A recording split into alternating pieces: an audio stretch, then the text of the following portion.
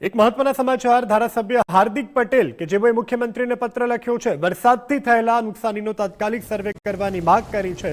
વિરમગામ માંડલ દેતરોજ અને નળકાંઠાના વિસ્તારોમાં અત્યારે નુકસાન થયું છે। અસરગ્રસ્ત પરિવારોને વિશેષ રાહત પેકેજ આપવા માટે રજૂઆત કરતો આ પત્ર ધારાસભ્ય હાર્દિક પટેલે મુખ્યમંત્રી ભૂપેન્દ્રભાઈ પટેલને લખ્યો છે। તેમાં તેઓએ મુદ્દા ટાંક્યા છે। તેની જો વાત કરી લઈએ તો ઘરવખરી ખેતી અને પશુપાલન માટે સહાય ચૂકવવા રજૂઆત કરવામાં આવી છે। ત્વરિત કાર્યવાહી કરી અસરગ્રસ્તોને ન્યાય આપવાની માંગ સાથેનો ધારાસભ્યએ આ પત્ર મુખ્યમંત્રીને લખ્યો છે।